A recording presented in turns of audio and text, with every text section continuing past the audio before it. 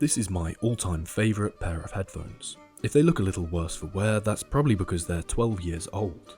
The Parrot Zik might have been released in June 2012, but they have a host of high-tech features a lot of modern-day headphones don't actually have. Example 1, this jawbone sensor, which I'll talk about properly later. So you will probably know Parrot best for their drones these days.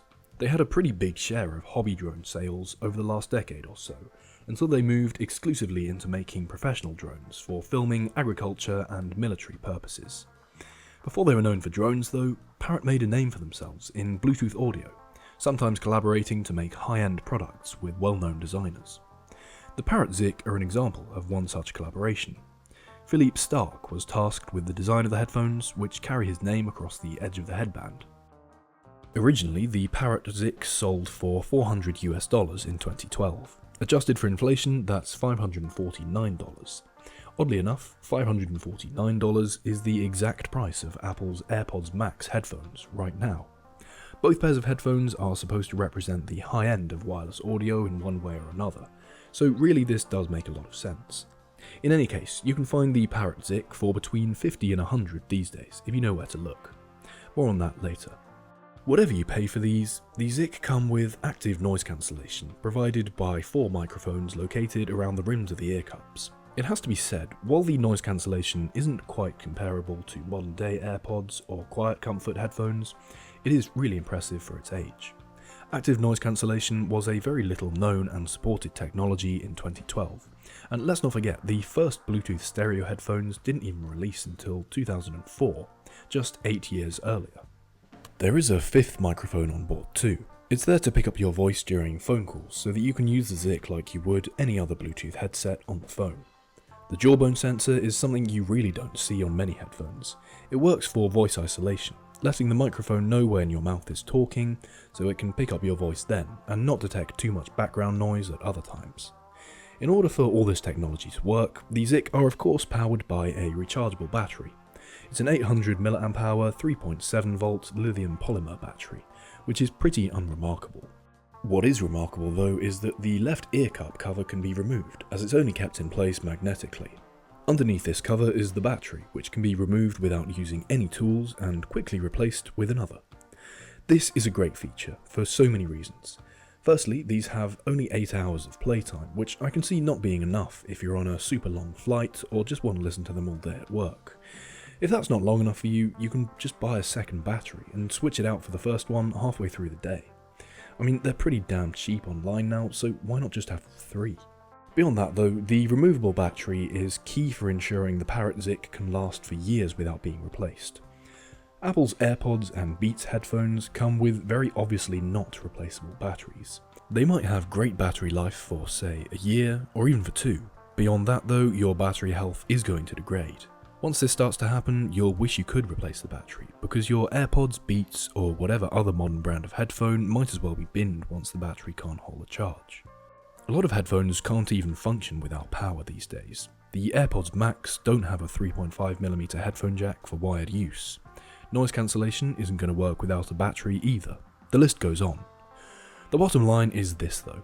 Wireless headphones these days might as well be disposable items. The battery will die on them and they will be left unusable. These Parrot Ziks are able to last actual decades and still work pretty much the same as they did in 2012, with a new battery here and there. Somehow I've managed to go half the video without talking about sound quality. These headphones are truly my favourite sounding pair. I'm yet to listen to any others and think, wow, these beat my Parrot ones. The reason for this is probably not what you think though. The Zik have Bluetooth 2.1 on board, with their audio codec able to receive audio up to 345 kilobits per second. This is good by today's standards, but it's really not fantastic. They have 40mm drivers inside, which are among the larger, more powerful end of most wireless headphones.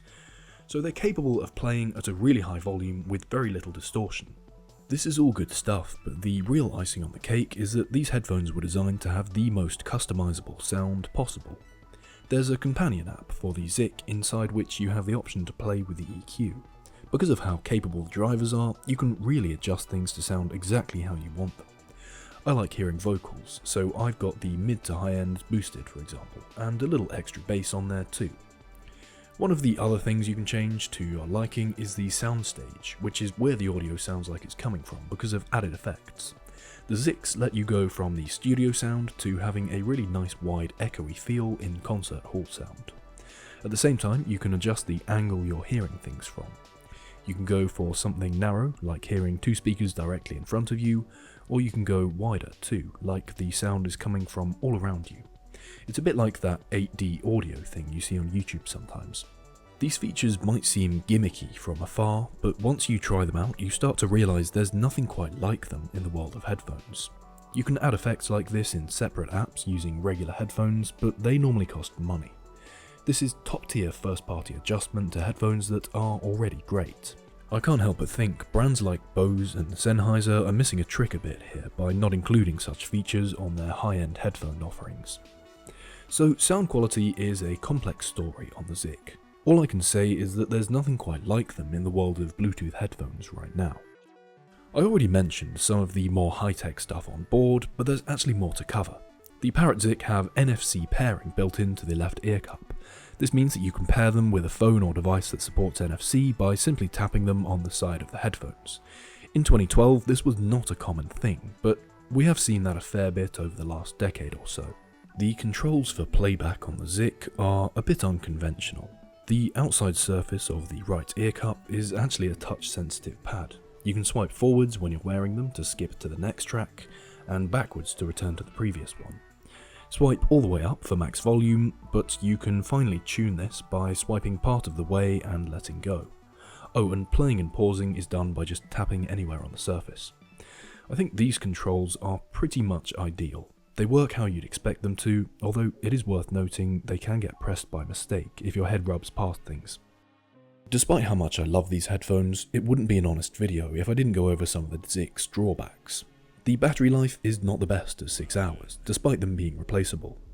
The headphones are nicely designed, but they're covered in fake leather. This is a huge letdown because if you're going to use them for years and years, there's no stopping them from just falling apart over time. It's a cheap way of making something that looks nice but isn't very hard wearing. I should also mention Parrot released the Zik 2 and Zik 3 in years after the originals. I tried the Zik 2 for a while and found that they didn't really improve majorly in any area. You can wirelessly charge the Zik 3s though, and they come in some more interesting colours. Not a huge deal for me, but if you can find the 3rd gens, you may prefer being on the latest generation, if that makes sense. I think the Zik 1 achieve almost all of what any later models would though, so overall my recommendation of buying these sticks. These days, if you're shopping on eBay, you might find a pair for about $50 to $100. In the UK, we have pawnbrokers that buy and sell electronics like CEX and cash converters. I've seen the Zik for as low as £38 in CEX, so it's worth looking everywhere you can to find your own little bargain. So there we have it, a unique piece of history in the rapidly changing world of wireless headphones. I think the Parrot Zik are still worth holding on to, and if mine ever die for whatever reason, I can just keep the old batteries and buy another pair used. Thank you very much for watching. Thank you as always to my lovely patrons for helping support the channel financially. If you're into technology, old and new, I'd recommend joining our What's on Your Screen Discord server. The links are in the description down below.